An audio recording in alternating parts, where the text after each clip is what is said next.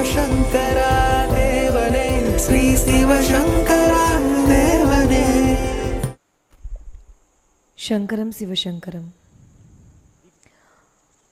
பல நூற்றாண்டுகளாக இந்து மதம், ஜைன மதம், பௌத்த மதம் ஆகிய மதங்களால் ஒரு புனிதமாக சின்னமாக கருதப்பட்டு வரும் ஸ்வஸ்திக் சின்னத்தை ஜெர்மனியின் சர்வாதிகாரியான ஹிட்லர் தனது நாசி படையின் சின்னமாக தேர்ந்தெடுத்தது ஏன்?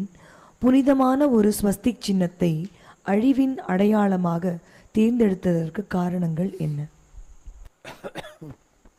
உலகத்தில் யாரும் நல்லவங்க இல்லை, யாரும் கெட்டவங்க இல்லை. நான் நீலங்கரையில் இருக்கிற போது அமெரிக்காவிலேருந்து ஒரு 30-35 பேர் வந்தாங்க. எல்லாம் பெரிய பெரிய சயின்டிஸ்ட், அந்த மாதிரி பெரிய பதவியில் இருக்கிறவங்க. என்னை பார்க்குறதுக்கு வந்து பேசிகிட்டு இருந்தாங்க.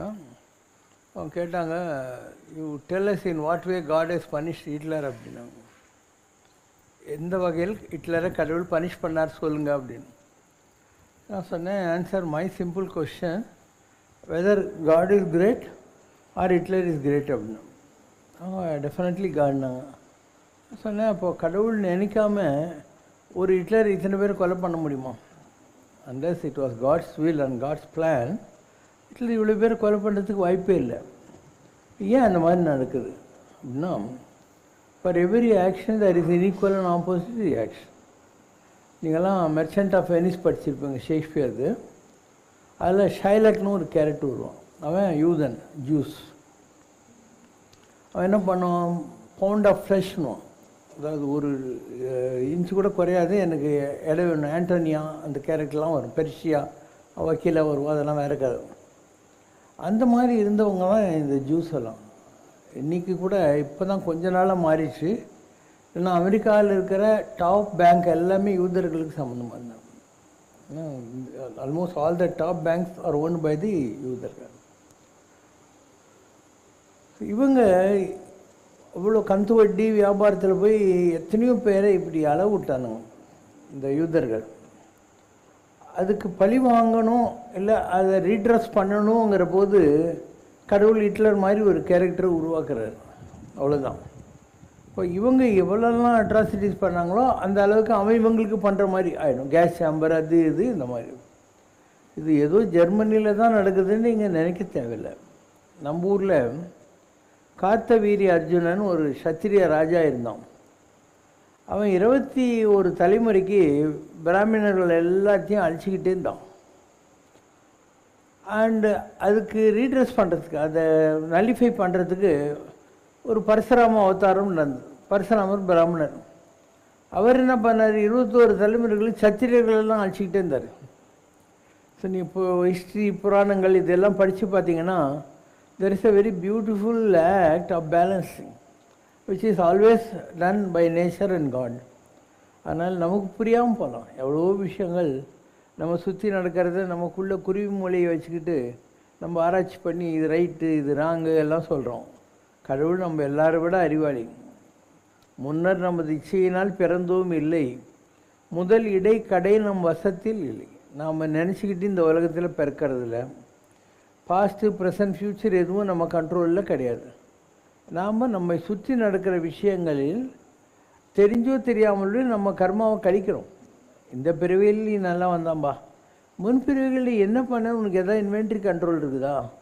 அப்போ உனக்கே தெரியாமல் இந்த பிறவியில் உன் வாழ்க்கையில் நடக்கிற எத்தனையோ விஷயங்கள் போனக்கு பிறவியுடைய remind, flashback, then your life proceeds fast forward. இப்படி தான் லைஃப் நடந்துக்கிட்டே இருக்கும். And I can go on telling you lot of examples.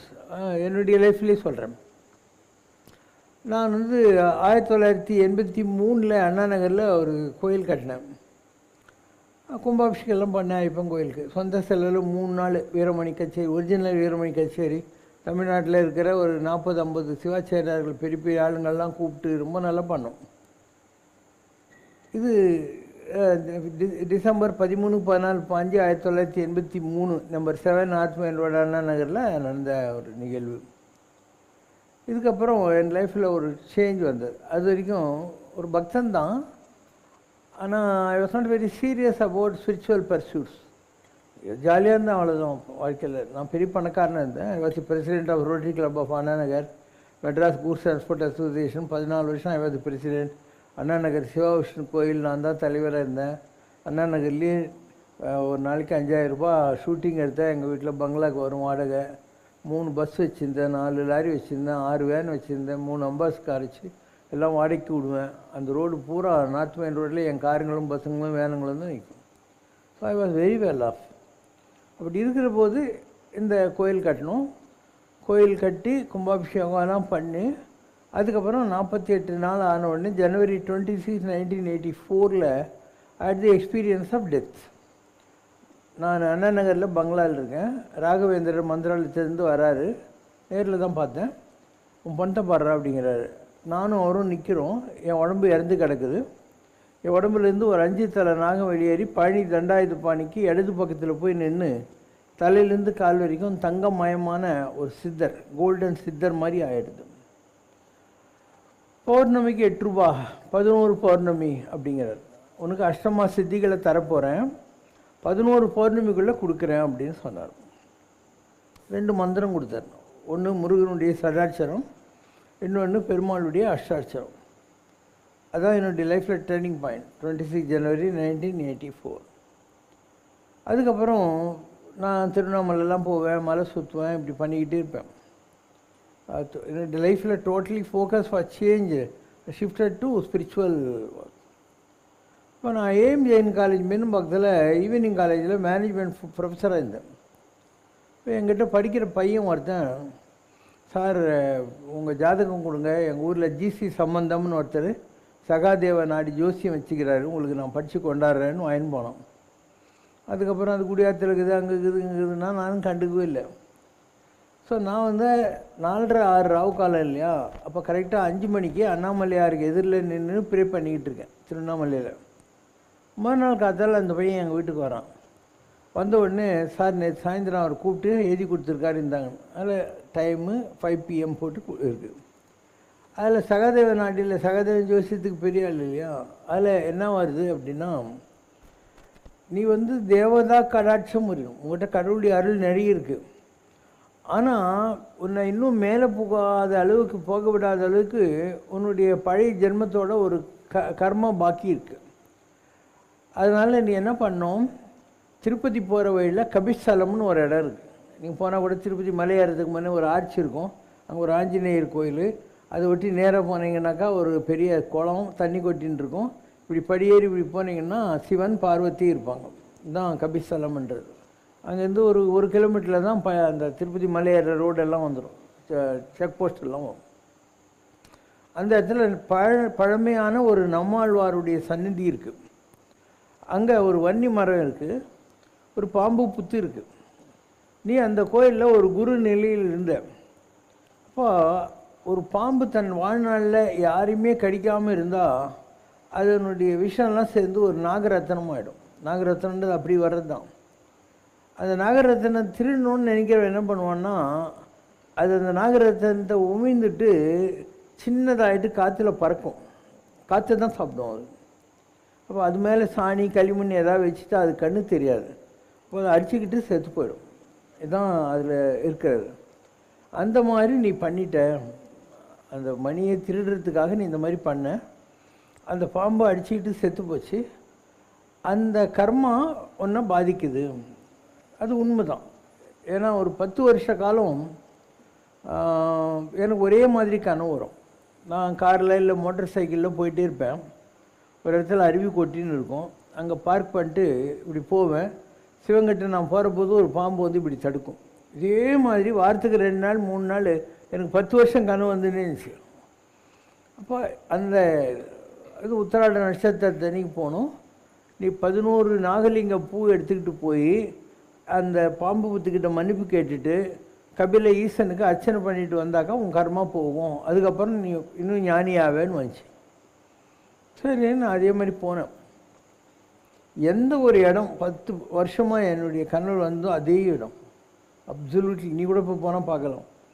So அந்த பழமையான மரம் பாம்பு புத்து, அங்கே போய் நான் ஐ ஆஸ்க் ஃபார் ஃபர்கிவன்ஸ்.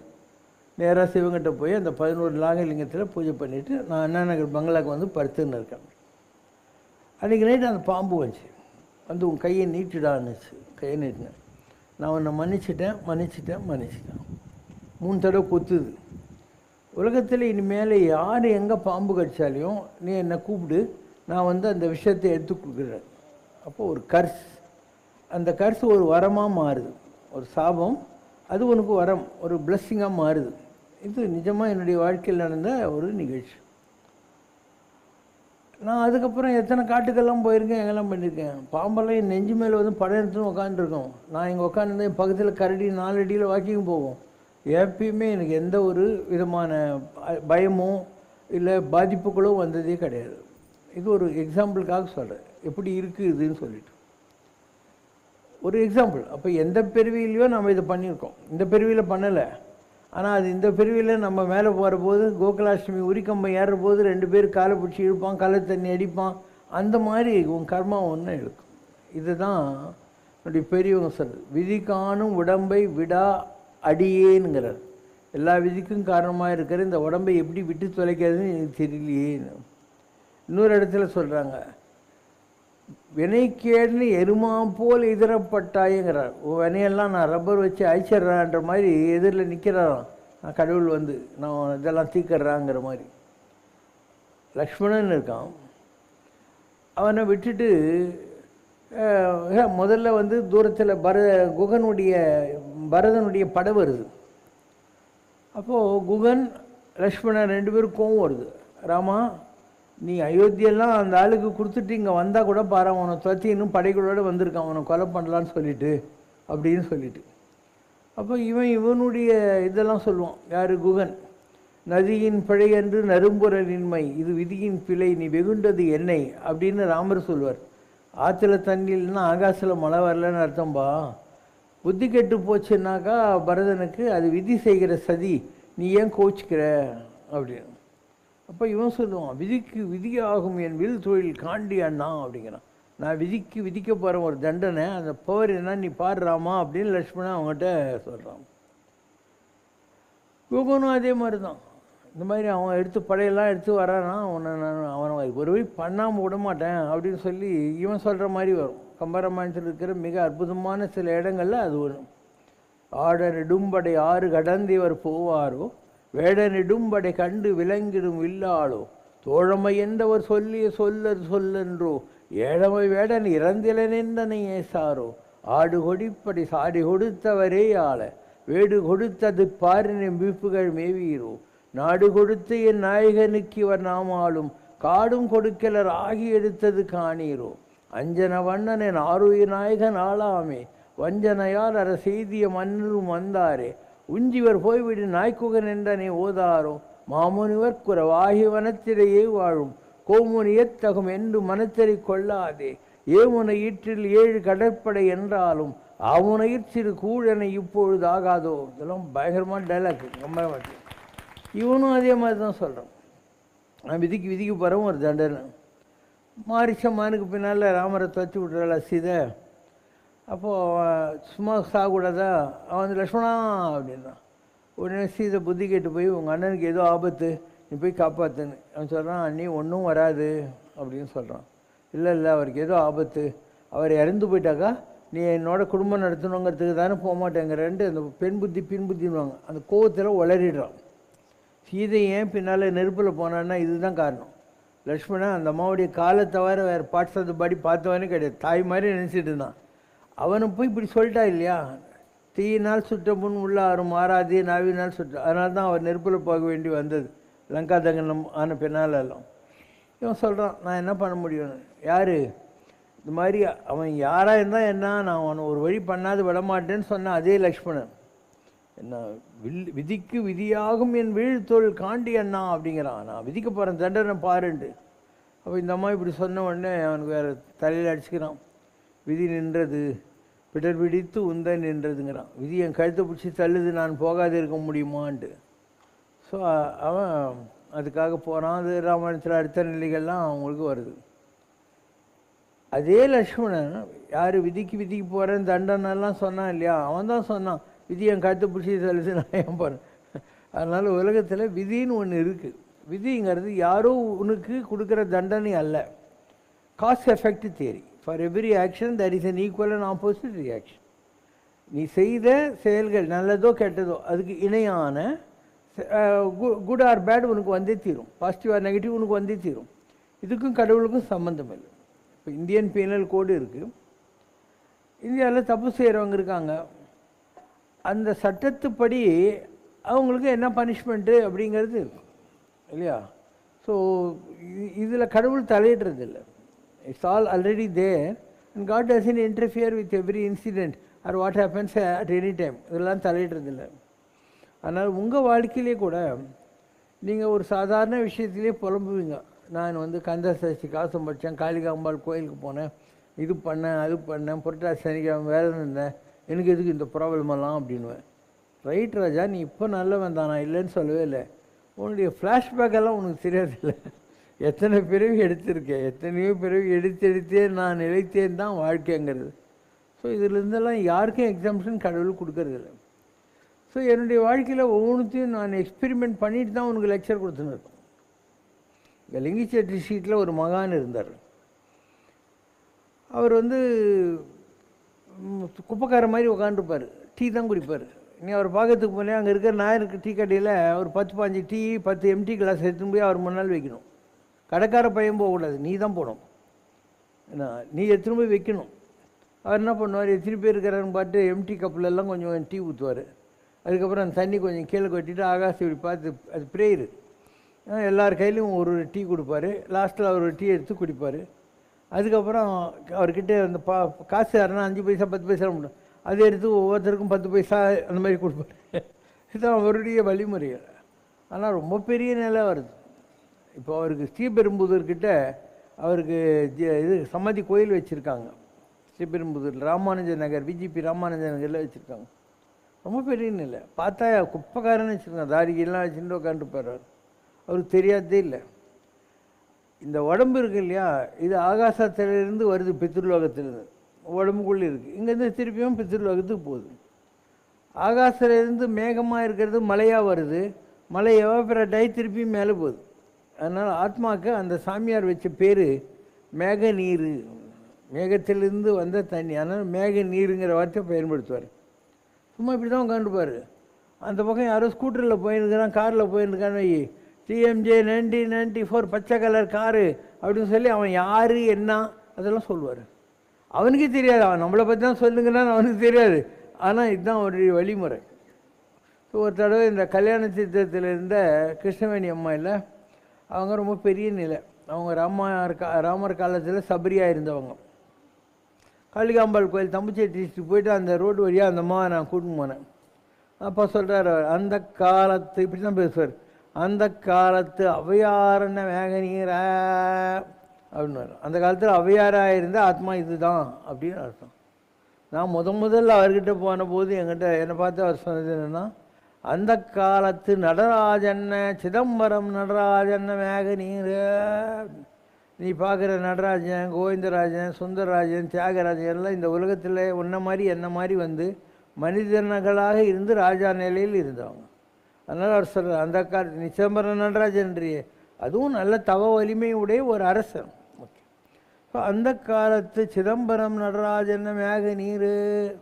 தாடி வச்ச சீக் மதம், பெற வச்ச இஸ்லாம் மதம், சிலுவை போட்ட கிறிஸ்தவ மதம், இந்த மாதிரி வரிசையாக சொல்லின்னு வந்து எல்லா மதமும் பொந்து பார்த்து அப்பா கையை பிடிச்சி ஸ்கூலுக்கு கூட்டின்னு போகிற போது கொஞ்சம் ஏமாந்து போய் கையை விட்ட மேக நீர் அப்படின்னு. இவர் எல்லா மதத்திலையும் பிறந்து எல்லாத்தையும் பார்த்துட்டாரு. சிவபெருமான் கையை பிடிச்சி மோட்சத்துக்கு கூட்டின்னு போகிற போது கொஞ்சம் ஏமாந்துட்டு இந்த பிறவி வந்திருக்குன்னு அர்த்தம். அதுக்கு நான் அவர்கிட்ட ஒரு வைகுண்ட ஏகாதசி அன்னைக்கு போயிருந்தேன். அவர் எப்பயும் உட்காந்துக்கிற இடத்துக்கு பக்கத்தில் ஒரு குடோன் எப்பயும் மூடியே இருக்கும். அவர் உயிரோடு இருந்த வரைக்கும் அந்த குடோன் யாரும் திறக்கவே இல்லை. அந்த இடத்துல அவருடைய சமாதியே ஏதோ இருக்கணும், இல்லைன்னா அந்த இடத்துல அவர் உட்காரத்துக்கு வாய்ப்பு இல்லை. அங்கே போய் இல்லை அப்படின்னாரு. அதுக்கு முன்னாடி ஒரு ஆள்கிட்ட அவரே துட்டு கொடுத்து இந்த தலைக்கு தேய்க்கிறது, காதில் விடுறது, கண்ணில் விடுறதெல்லாம் வாங்கினுவான்னார். அப்போது வாங்கின்னு வந்த ஐ ட்ராப்ஸு, இயர் ட்ராப்ஸு, அமுத்தாஞ்சனோ ஏதோ என்னை கூப்பிட்டு என் தலையை அவர் மடியில் வச்சுக்கின்னு கண்ணில் ஐ ட்ராப்ஸ் விட்டார். பிடினார். காதில் 8 ட்ராப்ஸ் இதுதான் 8 ட்ராப்ஸு தலையில் அமிர்த தழுவிட்டார். பட்டு அங்கே போய் நின்று, அங்கே பக்கத்தில் ஒரு இடம் நான் சொன்னேன் இல்லையா, அங்கே போய் நின்னேன், ரொம்ப நேரம் நின்னேன். அதுக்கப்புறம் கூப்பிட்டு முதுகில் இந்த பெண்டெல்லாம் நிமிச்சிட்டேன், இன்னிலிருந்து கண்ணு நல்லா தெரியும், காது நல்லா கேட்கும் அப்படின்னாரு. என்ன அர்த்தம் அதுக்கு? முதுகில் இந்த பெண்டுன்னா குண்டலினி சக்தின்னு அர்த்தம். அதை நான் சரி பண்ணிட்டேன், அதனால் இன்னிலிருந்து உனக்கு சில காட்சிகள்லாம் தெரியும், காதில் சில சத்தங்கள் எல்லாம் கேட்கும்னு அர்த்தம். இது ஆன்மீகத்தில் ஒரு பெரிய நிலை. எவ்வளோ பெரிய பவர் பாரு. நான் சொல்கிறேன், சாமி நீ இவ்வளோ பெரிய ஆள், எனக்கு அப்போயே ஆன்மீகம் தெரியும், இவ்வளோ பெரிய ஆளாக இருக்கேன், உன் மகிமை தெரியாமல் ஜனங்கள்லாம் இந்த பக்கமே வேஸ்ட் பண்ணின்னுக்கிறாங்கன்னு நான் என்னை இங்கே ஒரு குத்துனார். ஓய், இந்த ஓசி வைத்தியெல்லாம் உனக்கு தான், ஊரில் போய் என்னை பற்றி அகராதி படிக்கிற வேலை வச்சுக்காத அப்படின்னு யாருக்கும் சொல்லாத, நான் இந்த மாதிரி பவரில் இருக்கேன்ட்டு நடத்தாது. இப்படி எவ்வளோ மகான்கள் சாதாரண இல்லை இந்த உலகம். நமக்கு நம்மளை சுற்றி இருக்கிறவங்களையும் தெரியாது இல்லையா. நமக்கு மிஞ்சி போனால் என்ன, நம்ம குடும்பம் சொந்தக்காரங்க, ஸ்கூலில் காலேஜில் வேலைக்கு போன இடத்துல ஒரு 50 பேர் தெரியும், 100 பேர் தெரியும், அவ்வளோதான். உலகம் பெரிதே உலகம் பெண்ணுனர் பலரேங்கிற மாதிரி உலகம் எவ்வளோ பெருசு, அதில் எவ்வளோ விதமான மக்கள் இருக்காங்க. நமக்கும் அவங்களுக்கும் சம்மந்தம் இருந்தால் தான் நம்ம அவங்கள பார்ப்போம். இல்லைன்னா 500 கோடி ஜனங்க இருக்காங்க உலகத்தில், எல்லாரையுமே பார்த்துடுறேன் இல்லையா. இப்போ இங்கே வந்திருக்கிறவங்கள நீங்கள் ஒருத்தருக்கு ஒரு நிமிஷமாவது பார்த்துருப்பீங்க. ஒரு ரயிலில் போகிற, உன் ரயில் நிற்கிது ரேணிகுண்டால, அப்போ அந்த பிளாட்ஃபார்த்தில் நடக்கிறவன் தண்ணி பிடிக்கிறவனெல்லாம் கொஞ்சம் நேரம் நீ பார்ப்பேன். இன்னும் கொஞ்சம் ஜாஸ்தி தெரிஞ்சால் அவன் எதிர் சீட்டில் உட்காந்துருப்பான், அவன் ஒரு மிளகா பொடி இட்லி கொடுப்பான், நீ ஒரு பூரி கொடுப்பேன். இந்த உலகம் பூராவும் ஒரு கிவ் அண்ட் டேக்கில் இயங்குது. என்ன, இந்த உலகம் இப்படி தான் இயங்குது. அதே மாதிரி love and hate are also give and take தான். உன் ஹஸ்பண்ட் உங்கள்கிட்ட சந்தோஷமாக நடந்துக்கலன்னு வச்சுக்கோ, நீ அவனை போன ஜென்மத்தில் வெறுப்பு கொடுத்துருக்கன்னு அர்த்தம். அப்போ நீ கொடுத்தது உனக்கு திரும்பி வருது. Whatever you seeded you will get back. நீ போன ஜென்மத்தில் அன்பாக இருந்ததுன்னா இந்த பிரிவில் அவன் உனக்கு தாங்கன்னு ஆஃபீஸ்லேருந்து வர்ற போதே அர்ச்சனா ஸ்வீட்டும் அல்வா இதுவும் மல்லிப்பூ வாங்கின்னு வருவான். இதெல்லாம் கூட விட்டுக்குறை தொட்டக்குறையில் வர்ற விஷயங்கள் தான். அதனால் உலகத்தில் யாரும் நல்லவன் இல்லை, யாரும் கெட்டவன் இல்லை. We are only witnesses, we are just witnesses. இப்போ எனக்கு 48வது வயசில் சட்டையே கழட்டுவார் அப்படின்னு வந்துச்சு. சட்டையை கட்டுறதுன்னு என்ன, குடும்ப வாழ்க்கையில் இருந்து இவர் இந்த ஆன்மீக நிலைக்கு போயிடுவார் அப்படின்னு அர்த்தம். எனக்கும் தான் ஒரு மனைவி இருந்தாங்க, ஒரு பையன் தான், ஒரு பொண்ணு இருந்தாங்க. அது எனக்கு 48வது வயசில் போய்டும்னு இருந்துச்சு, குடும்பம் என்னை விட்டு போய்டும்னு இருந்துச்சு. ஸோ ஜனவரி 16, 1996 என்னுடைய குடும்ப பொறுப்பெல்லாம் முடிஞ்சு போச்சு. இப்போ என் பையன் பொண்ணு ஒய்ஃபு எல்லாம் யூஎஸில் இருக்காங்க, எல்லாம் வசதியாக இருக்காங்க. நான் அமெரிக்கா 35 தடவை போயிருக்கேன், இது வரைக்கும் அவங்கள பார்த்ததே இல்லை. அது எப்படி நடக்குது? அது கடவுள்கிட்ட தான் அது கணக்கு இருக்கும். வெள்ளரி பழம் மோட்சம்னு பேர். அது வெள்ளரி பழம் தானாக காம்பு கண்டு கீழே வந்துடும். அப்போ அந்த பற்றுங்கிறது நமக்கே தெரியாமல் நம்மளை விட்டு போயிடும். லாஸ்ட்டில் ஒரே ஒரு பற்று நிற்கும், அதுதான் கடவுள்கிட்ட. மற்ற பற்று நின் பாதமே பாவித்தேன், மற்ற பற்று இன்றி நின் பாதமே பாவித்தேன். கடவுள் ஒவ்வொருத்தருக்கும் ஒரு வேலை கொடுப்பார். சங்கராச்சாரியார் தெய்வத்தின் குரலை எழுதியிருக்காரு, எனது காரியம். அவருக்கு என்ன வேலைன்னு வேத சம்ரட்சணம் உண்டு. நாத்திகவாதம் பேசி தமிழில் பிள்ளையார் சிலையாவோட பூநூலாறு இந்த மாதிரிலாம் இருந்த ஒரு டைமில் அவர் இருந்தார். ஸோ அவர்கிட்ட போகிற பழங்காலத்து பிராமின்ஸ் எல்லாம் கூப்பிட்டு, நீங்கள்லாம் எவ்வளோ பாரம்பரியமான குடும்பம், நீ சிகையை வச்சுக்கலனாலும் பரவாயில்ல, டெய்லி ஒரு மணி நேரம் வேத அத்தியாயனம் பண்ணி இதெல்லாம் சொல்லியிருக்காரு. முதலாதிகாரி திட்டம் அது இது நல்லா அவருக்கு செஞ்சதுன்னா அவர் பண்ணார். அதனால் கடவுள் அவர் கொடுத்த வேலை என்ன, வேத சம்ரட்சணம், அவ்வளோதான். அதுக்கு என்ன செய்யணுமோ அதை அவர் செஞ்சார். எனக்கு என்ன தெரியுமா, இதுதான் அருட்சேவை வழி மார்க்கத்தினாலே, சர்வீஸ் டு த சொசைட்டி. அருட்சேவை வழி மார்க்கத்தினாலே நிறைந்த நல் பெருமைதனை நிலவுலகத்து படைக்க அருளாக எழுந்தனல் மாதவனே அப்படின்னு. ஸோ காட் எனக்கு எல்லாத்தையும் கற்றுக் கொடுத்தார். ஒரு பக்கம் குடும்பத்தில் இருந்தேன், பொண்டாட்டி பிள்ளை குட்டிங்க இருந்தாங்க. ஒரு பக்கம் பிஸ்னஸில் இருந்தேன், ஒரு பக்கம் பப்ளிக் லைஃப் இருந்தேன், ஒரு பக்கம் சீரியஸாக போய் காடு மூடு மைந்திரிகிரி மேலே தவம் பண்ணேன். கைலாச தரிசனம் என்ன, சபரிமலை 65 தடவை என்ன, பத்ரிக்கை தான். நான் பண்ணாத பூஜை நாகுது. உலகம் பூரா சுற்றியிருக்கேன். ஈவன் ஆர்டிக் அண்டார்டிகா போன ஒரே ஆள் நானாக தான் இருப்பேன் மெட்ராஸில். ஸோ எல்லா விதமான அனுபவங்களையும் கடவுள் கொடுத்தாரு. And I have no background. நான் ஒரு சாதாரண வில்லேஜ் பாய், எங்கள் அப்பா ஒரு டீச்சர், அவ்வளோதான். ஸோ நான் ஓசியில் தான் படித்தேன், ராமகிருஷ்ணா மிஷன் கோயம்புத்தூரில் ஓசியில் தான் படித்தேன். அதுக்கப்புறம் ஸ்காலர்ஷிப்பில் நான் பிஎஸ்சி படிச்சுட்டு மெட்ராஸுக்கு வெறும் 10 ரூபாவோட வந்தாள். 3 கடை ஏறி இறங்கி 250 ரூபா சம்பளத்துக்கு முதல் வேலையை தேடிக்கிட்டேன் நான் 1968. ஸோ என்னுடைய செல்ஃப் மேடுன்னுவாங்க என்னுடைய லைஃப். இப்போ எத்தனை விதமான அனுபவங்கள் இருந்திருக்கும் வாழ்க்கையில் இல்லையா? விதவிதமான அனுபவங்கள் வந்தது. அந்த அனுபவங்கள்லாம் எதுக்காக? மோதிய கல்வியும் எம்மறிவும் தாமே வேற வேலை தந்ததினால், இந்த வேலையை தான் நான் செய்யணும்னு கடவுளுக்கு முதலே தெரியும். அதுக்கு எல்லா விதமான அனுபவம் தேவைப்படுது. எஜுகேஷனை பற்றி கொஞ்சம், பிஸ்னஸை பற்றி கொஞ்சம், ட்ராவலை பற்றி கொஞ்சம், எல்லாத்த பற்றியும் தெரியும். கோர்ட்டு கேஸு, கடன், எமோஷ்னல் டிஸ்டர்பன்ஸஸ், ஃபேமிலியில் வரக்கூடிய நல்லது கெட்டதுகள் எல்லாத்த பற்றியும் கடவுள் கற்றுக் கொடுக்குறாரு. கல்வியெல்லாம் கற்பித்தா என்ற மாதிரி. அதுக்கு மேலே என்ன?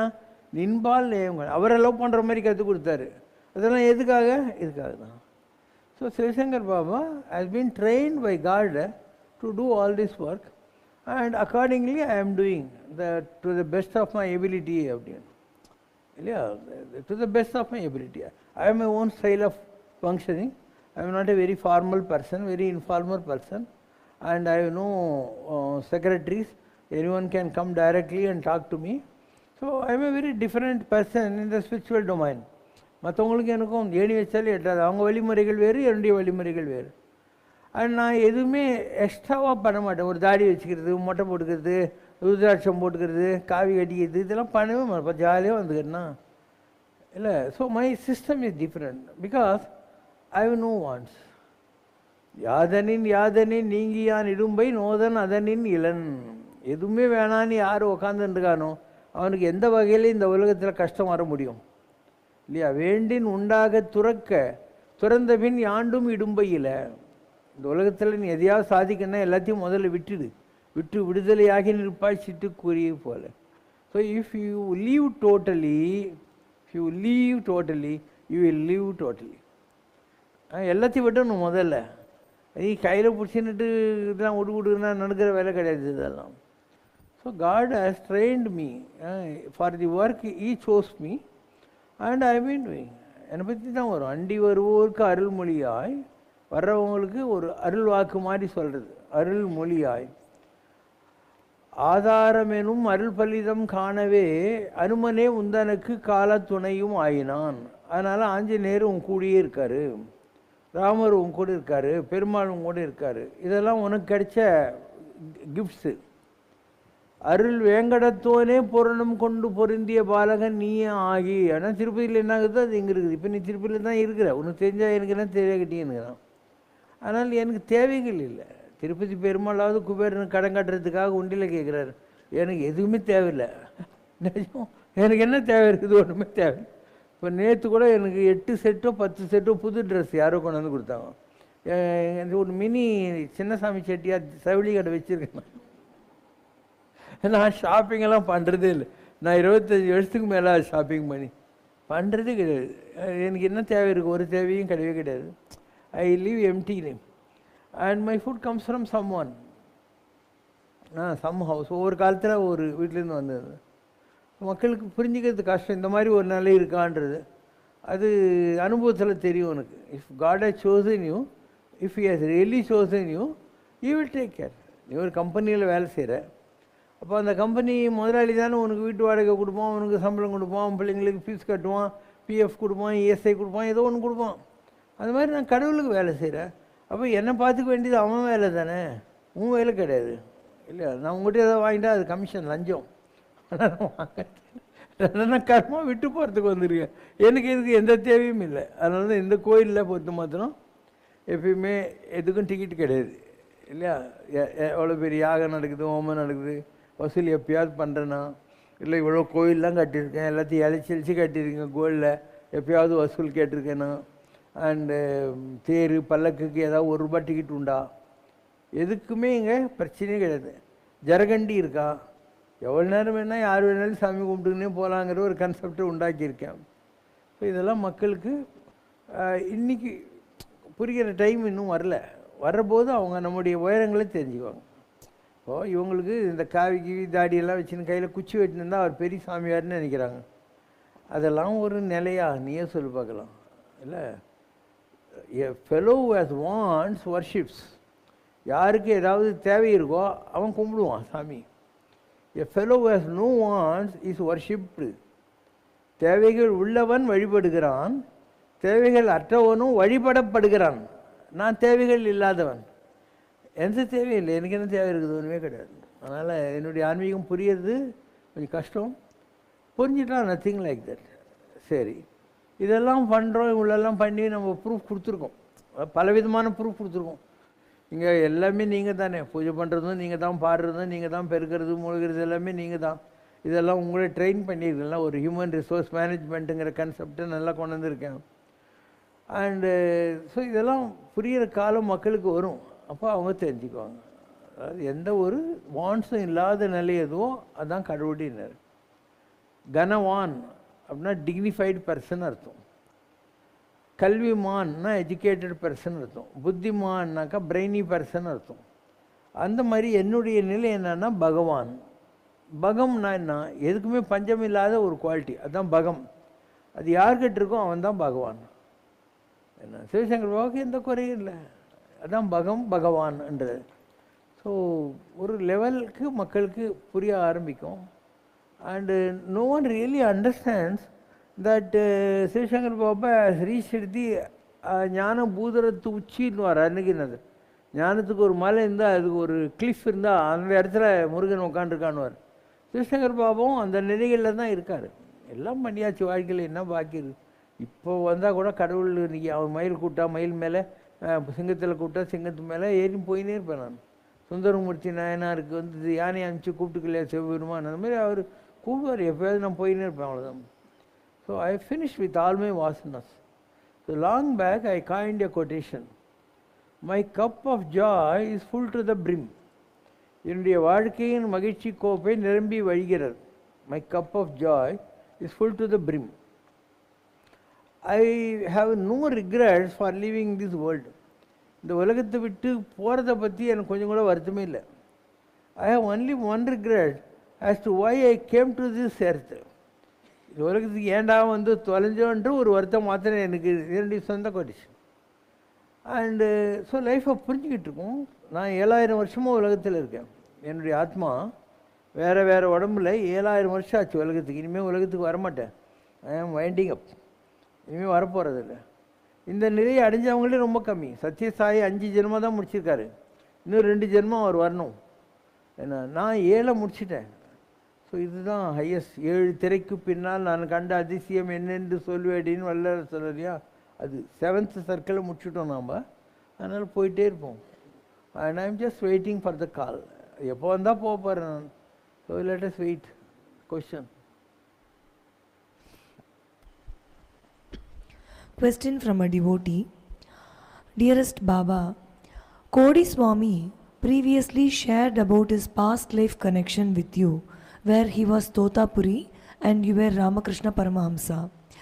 Ram Surat Kumar Swami was deeply devoted to Ramanama Japam throughout his life. Did he ever reveal his past life relationship with you during your incarnation as Lord Rama? My connection is with Arunachaleswarar. எனக்கும் அருணாச்சலேஸ்வரருக்கும் தான் சம்பந்தம். So because I was there at Tiruvannamalai for 40 years wandering in the சுடுகாடு chanting Om Sriram Jayaram Jai Jayaram. நான் வந்து ஒரு 48 நாள் 1 glass பசும்பால் குடிச்சிட்டு திருவண்ணாமலையில் டெய்லி மலை சுற்றிட்டு கோயிலே உட்காந்துட்டு இருந்தபோது 48வது நாள் அவருக்கு யாரோ ரசம் சாதம் கொண்டாந்து கொடுத்தாங்க. அதோடைய திருவட்டில் பிசைஞ்சு என்ன சாப்பிட சொன்னார். அவர் கையை கழுவிட்டு குடிக்க சொன்னார். ஸோ அவர் சேர்த்து வச்ச அந்த எனர்ஜி இருக்கு இல்லையா, ஒரு 40-45 வருஷம், அதை அண்ணாமலையார் எனக்கு கொடுக்க சொல்லி அவர் எனக்கு கொடுக்குற மாதிரி வந்தது. பர்சனலாக இதுக்கு முன்பிரிவிலே இப்போ எனக்கு ரத்னகிரி சாமியாருக்கும் சம்மந்தம் இருக்குது. ஏன்னா அவர் போகராக இருந்தார். நான் அப்போ அவர் கூட வந்து பழனி ஆண்டவர் பரிசு பண்ணுற காலத்தில் இருந்திருக்கேன். நான் கோடிசாமி தோத்தாபுரியாக இருந்தார், நான் ராமகிருஷ்ண பரமஹம்சராக இருந்தேன். கிருஷ்ணவேணியம்மா சபரியாக இருந்தாங்க, நான் ராமராக இருந்தேன். துரோணாச்சாரியாராக நான் இந்த மகாபாரத காலத்தில். இப்படி என்னுடைய பிறவிகள் இருக்குது. ஆனால் டைரெக்டாக எனக்கும் ராம் சுரத்குமார் சாமிக்கும் எந்த சம்மந்தமும் இல்லை. அது அருணாச்சலேஸ்வரர் மூலமாக எனக்கு வந்தது. இப்போ ஒரு 2 monthsக்கு முன்னே கூட ஒருத்தர் வந்தார், ஒரு சாமியார். அவர் சொல்கிறாரு, அவர் டெய்லி ஒரு வேளை மலை சுற்றுவார், ஒரு நாளைக்கு ஒரு இட்லி தான் சாப்பிடுவார். அவர் சொல்கிறார், அருணாச்சலேஸ்வர் சொன்னார், நான் சேர்த்து வச்சுருக்கிற தவத்தெல்லாம் ஒன்று கொடுக்க சொல்லி அதை கொடுத்துட்டேன் நான் சொல்லிட்டு போனார். இங்கே வந்து மாதிரி எங்கெங்கிருந்தோ வரும். தகுதி உடையவன் எவனும் அவனுக்கு எல்லாம் கொடுக்கப்படும். பைபிள் தகுதி அற்றவனிடத்தில் உள்ளதும் பறிக்கப்படும். If you are deserving, it will come searching you. நீ எங்கேயுமே போக தேவையில்லை, இருந்தபடி இருங்கோள், எப்படி இருக்கோ அப்படியே இரு, உன தேடி எல்லாம் வரும். என்கிட்ட இருக்கிறதெல்லாம் உனக்கு கொடுக்க சொல்லி உத்தரவு, எல்லாம் கொடுத்தாச்சு. அண்ணாமலையாரோட உத்தரவுப்படி வந்த தகவலை உங்ககிட்ட பேச வந்திருக்கேன். உங்ககிட்ட அண்ணாமலையார் உள்ளத்தில் ஜோதி வடிவமாக இருக்கார். அவரோட ஆத்மா உங்ககிட்ட இருக்கு. குண்டலினி என்ற மூலப்பொருள் எழுந்து ஞான ரூபமாக காட்சி தருது. நான் வந்தவுடனே அதை பார்த்து வணங்கிட்டேன். சேஷாத்ரி சுவாமி உள்ளுக்குள்ள இருந்து அருளாட்சி செய்கிறார். அவரோட மறு அவதாரமாகவும் இருக்கிறீங்க. உங்களை உள்ள இருந்து அவர் அருளாட்சி செய்கிறார்.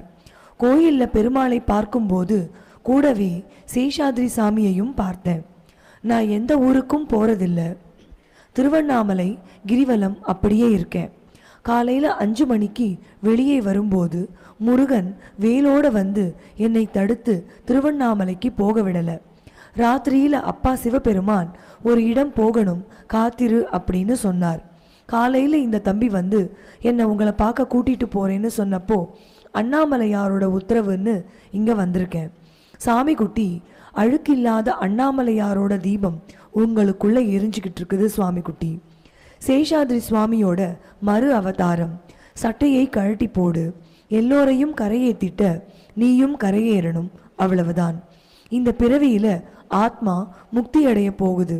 நிறைய நல்லது பண்ணிட்ட, ஏழைகளுக்கு நிறைய நல்லது செஞ்சிருக்க, உன்னை தேடி வர்றவங்களுக்கெல்லாம் நிறைய அருள் செஞ்சிருக்க, படிப்பு கொடுத்துருக்க, ரொம்ப நல்ல நிலை, பெரிய நிலை. காசுக்கு ஆசைப்பட்டதில்லை, பொய் பேசுவதில்லை, ஒருத்தரை இழிவுபடுத்தினதில்லை. ஏழ்மையிலிருந்து உழைப்பால உயர்ந்து வந்திருக்க, தன்னையே அறிந்து பெரிய நிலையில் இருக்க, சிகரம் போல. இது முக்தி பிறவி. தனிப்பெரும் ஜோதி, அருட்பெரும் கருணை.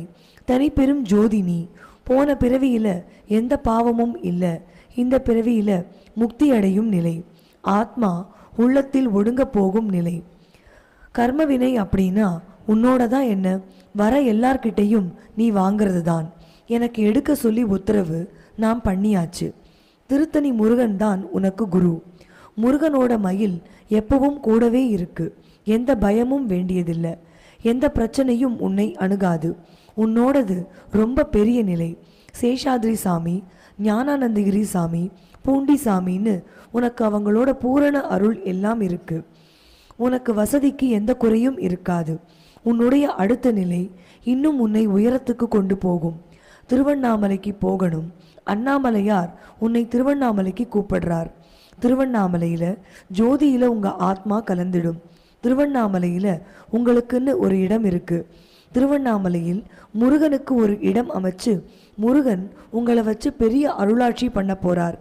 சேஷாத்ரி சாமி போல உங்க நிலை வரும். முருகனுக்கு 21 அடியில சிலை, 12 அடியில் வேல், வெள்ளியில சேவல் மயில், இதெல்லாம் செய்கிற மாதிரி வரும். திருவண்ணாமலைக்கு வரணும். அண்ணாமலையாரோட ஜோதியில தான் உன்னோட ஆத்மா ஒடுங்கும். சூரியன், அக்னி எல்லாம் ஒண்ணுதான். என்கிட்ட இருக்கிறதெல்லாம் உனக்கு கொடுக்க சொல்லி உத்தரவு, எல்லாம் கொடுத்தாச்சு. நிறைய ஆயுள் இருக்கு. 140 வயதில் ஆயுள் இருக்கு. உன் உடம்புக்கு ஒன்றும் வராது. பரிபூரண ஆரோக்கியம் இருக்கு. அண்ணாமலையார் தீபத்தில் ஜோதி வடிவத்தில் சேஷாத்ரி சுவாமி கலந்தது மாதிரி அண்ணாமலையாரே வந்து உன்னை மயில் மேலே கூட்டிட்டு போவார். பிறவி முக்தி இருக்கு. மற்றவர்களைப் போல இல்லாம உன் ஆத்மா திருவண்ணாமலையிலேயே இருந்து எல்லோருக்கும் அருள் செய்யும். சாமிங்க வந்து சொல்லிட்டு போகுது. அவங்க கேட்ட கேள்வி வந்து ராம்சரத்குமார் சாமிக்கும் உங்களுக்கும் என்ன கனெக்ஷனுங்கிற மாதிரி. ஒரு வகையில் இப்போது பரமாச்சாரியார் இருந்தார் இல்லையா, அப்போ அவர் லெக்சர் கொடுத்துட்டுருக்காரு. சொல்கிறார், இதுக்கு முன்னால் கபீர்தாசராக இருந்த ஒருத்தர் இப்போ நம்ம உபன்யாசத்தை கேட்டுருக்கார் அப்படின்னாராம். அப்போ தூணுக்கு பின்னால் ராம்சரத்குமார் சாமி வந்து இவருடைய லெக்சரை கேட்டுன்னு இருந்திருக்கார். அப்போது அவர் யார்? கபீர்தாசர். அந்த கபீர்தாசர் காசியில் வந்து ஒரு ஏழையாக இருந்து டெய்லராக இருந்தவர். நிறைய இதெல்லாம் பண்ணார், இதெல்லாம் வேறு விஷயம். ஒரு பறவை வந்து இவர் துணி காய போடுற போது அதில் பட்டு செத்து போகுது. இவர் அதுக்கு உயிர் வரணும்னு அழுகுறாரு, உயிர் வரல. அப்போ கங்கை கரையில் ஒரு குழி தோண்டி அதை புதைச்சிட்டு அழுதுகிட்டே காசி விஸ்வநாதர்கிட்ட போகிறாரு. அப்போது ஒரு ஜோதி இவர்கிட்ட வந்த மாதிரி இவருக்கு ஒரு தாட் வருது. அதுக்கப்புறம் அவர் ரமணர்கிட்ட வராரு, அண்டு அரவிந்தர்கிட்ட போகிறாரு, கஞ்சங்காடு ராமதாஸ் சாமிக்கிட்ட போய் செட்டில் ஆகிட்டு அவர் சொல்கிறார், நீ திருவண்ணாமலைக்கு போய் நீங்கள் வந்துட்டாரு, 45 வருஷம் இங்கே தான் சுற்றிக்கிட்டு இருந்தார். அப்போ அவர் யார்? கபீர்தாஸ். ராம் சுரத்குமார் சாமிக்குள்ளே வந்திருக்கக்கூடிய ஆத்மா கபீர்தாஸ். எனக்குள்ளே வந்த ஆத்மா வந்து ஷிரடி பாபா. ரெண்டுத்துக்கு என்ன கனெக்ஷன்னா, கபீர்தாசராக இருந்தவர் ஷிரடி பாபா வரார். உனக்கு கொஞ்சம் கஷ்டமாக இருக்குது இதை புரிஞ்சுக்கிறதுல. ஒரு ஆஃபீஸில் கிளர்க்கு எட்டெலாம் இருக்குது, ப்ரமோஷன் கிடைக்குது இல்லையா? அந்த மாதிரி கபீர்தாசராக இருந்து ஒரு நல்ல நிலைகளை மக்களுக்கெல்லாம் போதித்து இருந்தவர். அந்த பிறவிக்கு அப்புறம் அவருக்கு கிடைக்கிற ப்ரமோஷன் எது? ஷிரடி பாபா. ஷிரடி பாபாவுக்கு யார் குரு? திருப்பதி வெங்கடாஜலபதி. அதனால தான் அவர் எப்போ கேட்டாலும் வெங்குசா வெங்குசான்னார். வெங்குசானா வெங்கடேசா. ஒரு மலட்டு பசுமாட்டை தன் கையால் தடவி இந்த பாலை குடின்னு சொல்லி தன் பவரை இவருக்கு டிரான்ஸ்ஃபர் பண்ணார். அதனால் சிவசங்கர் பாபா வந்து ஷிரடி பாபா. படி. போன பல பிறவிகளில் ஆன்றோனாகவும் நீங்கள் இருந்திருக்கிறீர்கள். உதாரணத்திற்கு ஆதிசங்கரர், ராமலிங்க அடிகளார், ஷிரடி பாபா போன்ற ஆன்றோர்களாகவும் நீங்கள் அவதாரம் எடுத்திருக்கிறீர்கள் என்று சொல்கிறார். சித்தர்களாகவும் தோன்றியிருக்கிறீர்கள். அந்த பிறவிகளின் தொடர்ச்சிதான் இந்த பிறப்பிலும் நீங்க ஒரு சித்த புருஷராக மகானாக அவதரித்ததாக சொல்றாங்க. சிவசங்கரா என்ற நாமத்தை கொண்டு விளங்கி கொண்டிருப்பதாக சொல்கிறார். தெய்வீக சக்தியினால்தான் இந்த நாமமும் என்று சொல்கிறார். பல தெய்வங்களையும் இந்த இடத்திலேயே அமரச் செய்திருக்கிறீர்கள். எல்லா தெய்வங்களுமே இந்த இடத்தில் இருக்கு. அதற்கு பல ஆலயங்கள் எழுப்பியிருக்கிறீர்கள். அதோடு இல்லாமல் பாபாவிடம் தெய்வங்களும் தன்னுள்ளேயே பேசக்கூடிய ஆற்றல் என்பதும் உண்டு. சிவனாக இருக்கட்டும், பெருமாளாக இருக்கட்டும், முருகனாக இருக்கட்டும், ஹனுமனாக இருக்கட்டும், எல்லா தெய்வங்களுமே தங்களுக்குள் அமர்ந்து பேசக்கூடிய சக்தி உங்களுக்கு உண்டு. நான் திருவண்ணாமலைக்கு போன ஒரு தடவை சஷ்டிக்கு. அப்போது விசிறி சாமியார் சொன்னார், Sivasankara what is the news today அப்படின்னாரு. நான் சும்மா இருந்தேன். அவரே சொன்னார், அடையார் ஆலமரம் விழுந்துச்சு அப்படின்னாரு. JK did nothing. Everything was established by Anibesen and it was given to him. எல்லாம் அனிபேசன் ரெடி பண்ணி இவர் கொடுத்தா தான் பெசன் நகர்ன்றது. So when one tree fall the roots take over அப்படின்னாரு. சும்மா உட்காந்துருந்தேன்.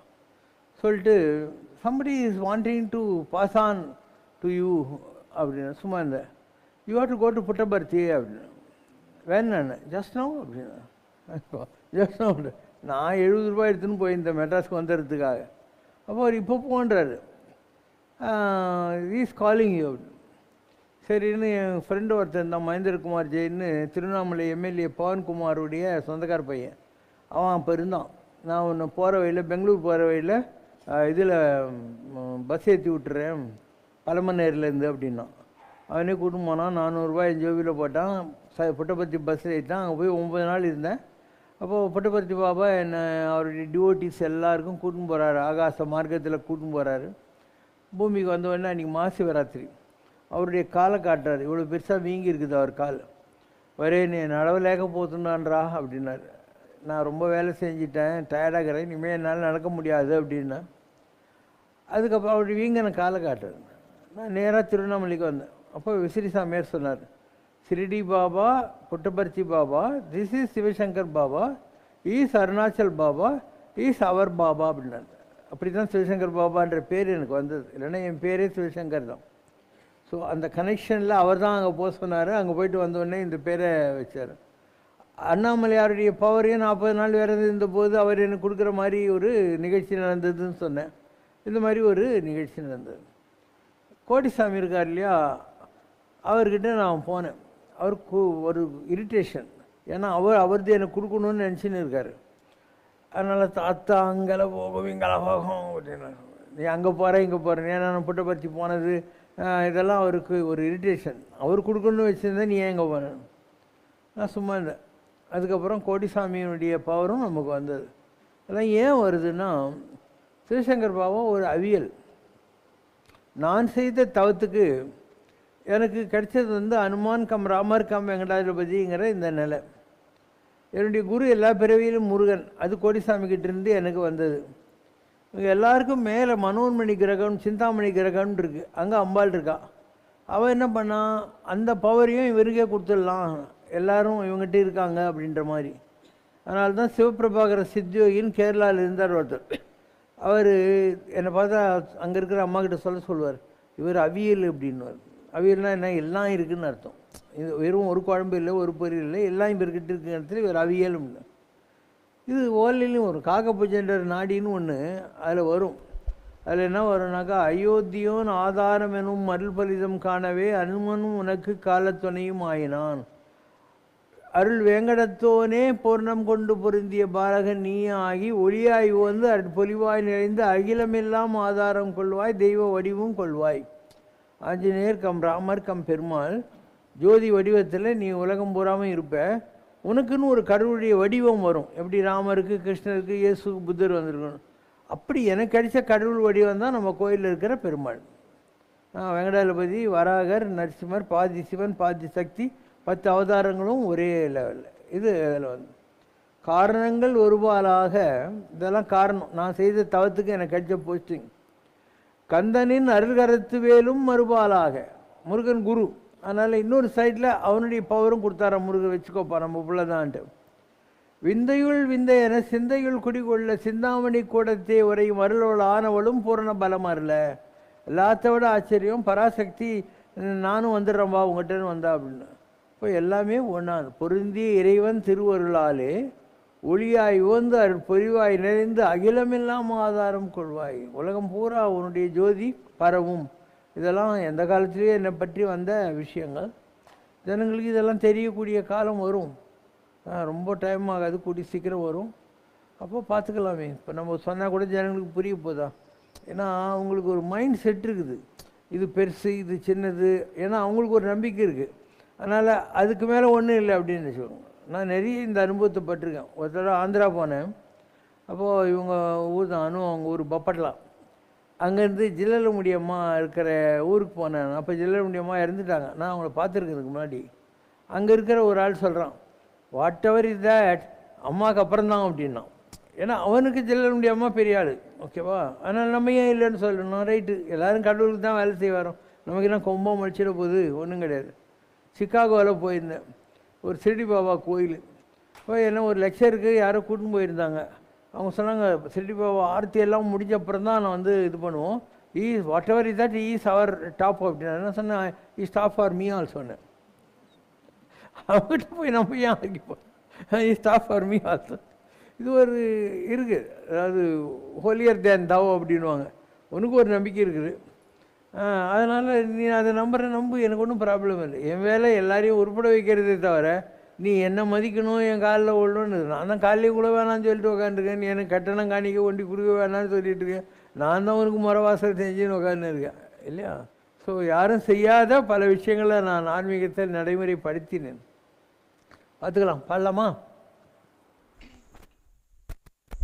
சங்கரனே தெய்வம், சிவசங்கரனே தெய்வம், சங்கரனே தெய்வம், சிவசங்கரனே தெய்வம்.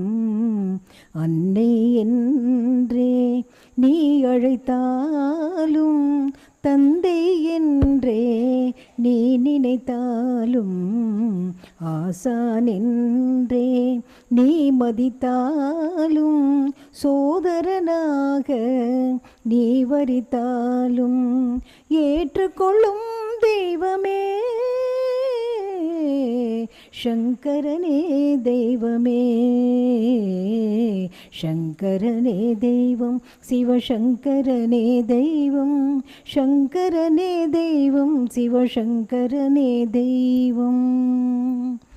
ஆதரவின்றி நீ எழும்போது உனை தேற்றி கரை ஏற்றுவான். ஆணவமின்றி நீ எழும்போது உனக்குள்ளே அவன் தோன்றுவான். இருளகலாமலே மயங்கிடும் உள்ளமே ஒளி தரும் பாபாவின் கருணையில் மாறுமே. சரணம் சரணம் சரணம் சரணம் சரணம். சங்கரனே தெய்வம் சிவசங்கரனே தெய்வம், சங்கரனே தெய்வம் சிவசங்கரனே தெய்வம். உயிரதன் உன்னதம் உன்னில் நீ தேடினால் இறைத்தன்மை புலனாகுமே. இறையதன் மேன்மையை உணர்ந்திடும் போதுதான் அருள் வெள்ளம் உன்னில் பாயுமே. அருள்மழை பொழிந்திடும் ஹரிஹரன் இவரே, மருதனை நீக்கிடும் மகேஷனும் இவரே. சங்கரனே தெய்வம் சிவசங்கரனே தெய்வம், சங்கரனே தெய்வம் சிவசங்கரனே தெய்வம், சங்கரனே தெய்வம். ஓம் ஜெய் சிவ சங்கரரே சுவாமி ஜகத் பரிபாலகரே, ஆதி சங்கர அவதாரா அநாத ரக்ஷகரே. ஓம் ஜெய் சிவ சங்கரரே. அன்னையும் தந்தையும் நீரென்றறிந்தும் அன்பில் நனைகின்றோம் சுவாமி, அன்பில் நனைகின்றோம். ஆசானும் இறையாகிய தேவா நின்னடி பணிகின்றோம். ஓம் ஜெய் சிவசங்கரரே. கைலையை பன்முறை வலம் வந்தாய் ஓ கருணாகர கீர்த்தி, சுவாமி கருணாகர கீர்த்தி. மயிலையில் நின்று வரம் தருகின்றாய் மங்களகர மூர்த்தி. ஓம் ஜெய் சிவசங்கரரே. ஆனந்த சாகரம் தனிலம்மையாழ்த்தும் அற்புத அருள் ஜோதி, சுவாமி அற்புத அருள் ஜோதி. ஆரத்தி செய்து பாடி மகிழ்ந்தோம் அருள்வாய் பரஞ்சோதி. ஓம் ஜெய் சிவசங்கரரே. நாராயண நாராயண ஓம் சத்யநாராயண நாராயண நாராயண ஓம், நாராயண நாராயண ஓம் சத்யநாராயண நாராயண ஓம், சத்யநாராயண நாராயண ஓம். ஓம் ஜெய் சிவசங்கரரே.